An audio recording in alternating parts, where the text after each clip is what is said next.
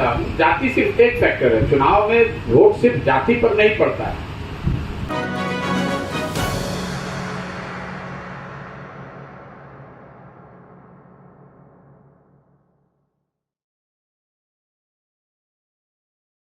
जितने लोग रजिस्टर हो जाएंगे उनको कुछ सामूहिक सुविधाएं जो आप प्रोफेशनलिज्म के विभिन्न पैरामीटर्स के अंदर दी जा सकती हैं वो दिया जाएगा।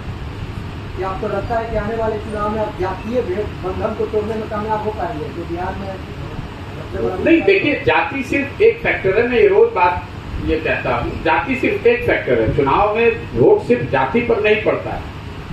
20% यहाँ पर मुसलमान रहते हैं, मुसलमान वोटर 20% है। वो तो जाति पर वोट नहीं कर रहा है, वो तो सिर्फ इसलिए आरजेडी को वोट कर रहा है क्योंकि वो भाजपा के खिलाफ उसके पास एक ही विकल्प दिखता है, आरजेडी।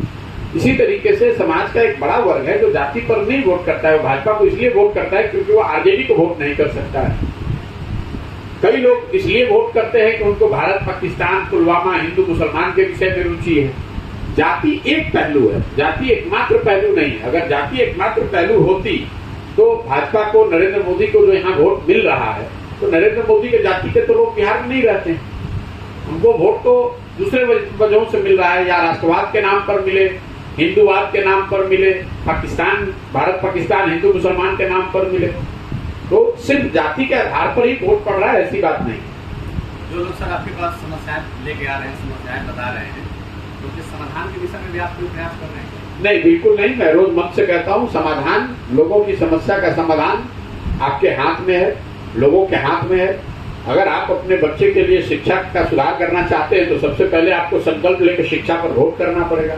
अगर आपके गांव में स्कूल नहीं चल रहा है और प्रशांत किशोर आकर अगर स्कूल बनवा भी देंगे तो उससे क्या होगा? आपके गांव में आपका बच्चा स्कूल में पढ़ने जाता है, आप उसको, वो पढ़ नहीं रहा है, वो खिचड़ी खाकर घर वापस आता है और आप उस बात की चिंता नहीं करते हैं और आप जाति पर वोट कर रहे हैं या राम मंदिर पर वोट कर रहे हैं या भारत पाकिस्तान के नाम पर वोट कर रहे हैं, तो स्वाभाविक तौर पर आपका लड़का बेरोजगार ही रहेगा, मजदूर ही बनेगा। जब वो पढ़ेगा ही नहीं तो मजदूर ही बनेगा। ये बात हमारा काम है, समाज को जाकर बताना इस बात को। समाज अगर इस बात को समझेगा, इसका संज्ञान लेगा, इस पर वोट करेगा तो चीजें अपने आप सुधरेंगी। ठीक है भैया, बहुत बहुत धन्यवाद।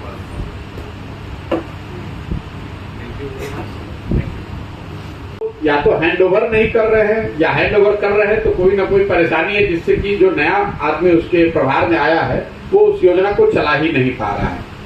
इसके अलावा एक जो सबसे बड़ी योजना 7 निश्चय की थी वो है नालियों और गलियों के पक्कीकरण की योजना।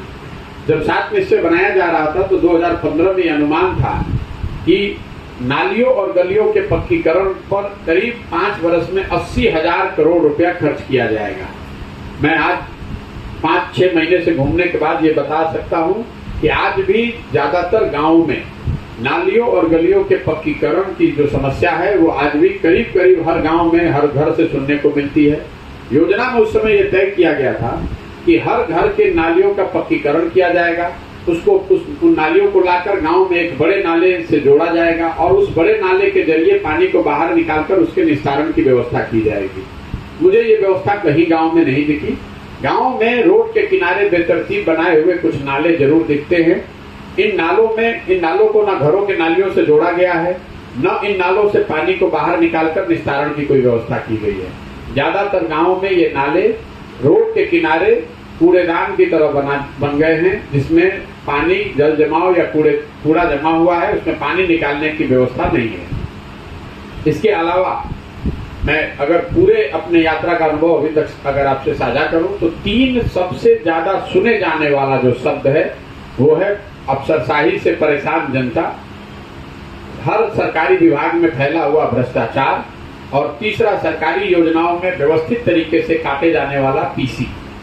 ये तीन जो शब्द हैं, भ्रष्टाचार, अफसरशाही, भ्रष्टाचार और पीसी, इसकी चर्चा समाज में हर व्यक्ति कर रहा है। चाहे आप गरीब हैं, अमीर हैं, आप जनप्रतिनिधि हैं या सामान्य नागरिक हैं, हर व्यक्ति इन 3 चीज से परेशान है। अफसरशाही से हर व्यक्ति परेशान है, जनप्रतिनिधि और समाज में रसूख रखने वाले लोग भी परेशान हैं। जो विभागों में भ्रष्टाचार है, हर व्यक्ति मानता है कि सरकार में कोई ऐसा काम नहीं है जो बिना भ्रष्टाचार के हो सके। और तीसरा, कोई सरकार की योजना नहीं है, चाहे वो केंद्र की हो या राज्य की, जिसमें अफसर और जनप्रतिनिधि व्यवस्थित तरीके से टीसी नहीं काट रहे हैं। कुल मिला जुलाकर दो क्षेत्रों को अगर छोड़ दें, सड़क और बिजली, जिसमें कुछ सुधार दिख रहा है। बिजली जरूर हर जगह आ गई है, लेकिन बिजली को लेकर जो एक समस्या नई खड़ी हो गई है कि लोगों की नजर में बढ़े हुए और गलत जो बिल आ रहे हैं, लोगों ने 2000 से 1.25 लाख रुपए तक के बिल दिखाए और ज्यादातर लोगों का ऐसा मानना है कि उनका बिल गलत है और एक बार गलत बिल आ गया, आपका कनेक्शन कट गया तो लोग महीनों तक लोग अदालतों का चक्कर लगाने के लिए मजबूर है। सड़कों की जो स्थिति है उस पर मैं इतना कहना चाहूंगा कि जरूर नेशनल और स्टेट हाईवे की स्थिति सुधरी है, सड़क जरूर कुछ बेहतर है, लेकिन ग्रामीण सड़कों की जहां तक बात है, ग्रामीण सड़कों की स्थिति जो आरईओ की ग्रामीण कार्य विभाग की सड़क है या पंचायती राज की जो सड़क है, उसकी स्थिति कमोवेश लोग बताते हैं वही है जो लालू जी के जंगल राज के दौरान होती थी। तो कुल मिला जुलाकर ये अभी तक का मेरा अनुभव रहा है। अगर आपका कोई सवाल है तो आप कर सकते। बिहार की सबसे बड़ी समस्या के तौर पर दिख रही है और ये समस्या बेरोजगारी और पलायन बिहार में एक बड़ी समस्या है, ये बात तो हर व्यक्ति जानता है। इसके लिए किसी पदयात्रा की जरूरत नहीं है, लेकिन पदयात्रा से आप ये जानते हैं कि इसकी विकरालता कितनी है, इसका सामाजिक असर कितना है। गाँव में अभी तक करीब 1500 से ज्यादा गांव हम लोग गए हैं। गांव में करीब 40 से 50% जो युवा हैं वो गांव से बाहर किसी न किसी रोजगार मजदूरी के लिए छोड़कर चले गए हैं और साल में कभी 10 दिन 15 दिन के लिए एक बार अपने गांव अपने परिवार आते हैं। ज्यादातर परिवार में खासकर महिलाएं जो हैं उन्होंने इस बात को एक तरह से अपने जीवन की सच्चाई मान लिया है कि उनके परिवार के लोग उनसे साल में 15-20 दिन से ज्यादा उनके साथ नहीं रहेंगे। लोग परिवार के साथ रहने का यहाँ धीरे धीरे सामाजिक कॉन्सेप्ट ही खत्म होता चला गया है। बच्चे पहले पढ़ाई के लिए बाहर जाते हैं, फिर कमाई रोजगार के लिए बाहर जाते हैं, फिर जब आपकी उम्र हो जाती है तो आप दवाई के लिए बीमार पड़ जाते हैं तब बाहर जाते हैं। परिवार का एक साथ न रहना एक बहुत बड़ी सामाजिक त्रासदी है जो गांव में नीचे घूमकर मुझे देखने को समझने को मिली। दूसरी जो बड़ी समस्या है वो जिसकी चर्चा हर जगह हो रही है वो है शिक्षा व्यवस्था का ध्वस्त हो जाना। बिहार में शिक्षा व्यवस्था पूरी तरीके से ध्वस्त है, ये बात कमोवेश सब लोग मानते हैं, लेकिन पदयात्रा के दौरान मैंने जो देखा कि पूरी जो स्कूली व्यवस्था है पढ़ाई की वो उत्क्रमित विद्यालयों और समायोजित शिक्षकों के द्वारा की कंधों पर है। और जो सारा दिक्कत है, कई लोग ये बताते हैं कि शिक्षकों की गुणवत्ता एक मेजर समस्या है, वो एक समस्या है, लेकिन शिक्षा व्यवस्था के ध्वस्त हो जाने के पीछे सबसे बड़ी जो परेशानी मुझे दिख रही है वो है समतामूलक शिक्षा व्यवस्था बनाने के नाम पर हर गांव हर पंचायत में कोई स्कूल खोल दिया गया, स्कूल के नाम पर एक बिल्डिंग बना दी गई। इस बात की चिंता नहीं की गई कि जहां पर बिल्डिंग है वहां पर पर्याप्त संख्या में शिक्षक हों, जहां शिक्षक हों वहां पर बच्चे हों। इसकी वजह से हुआ ये है कि जहां पर बिल्डिंग है वहां शिक्षक नहीं है, जहां शिक्षक है वहां बिल्डिंग नहीं है, जहां दोनों है वहां बच्चे ही नहीं है। तो पूरे जो स्कूली व्यवस्था है बिहार में उसकी छवि खिचड़ी बांटने के सेंटर के तौर पर समाज में आज दिख रही है।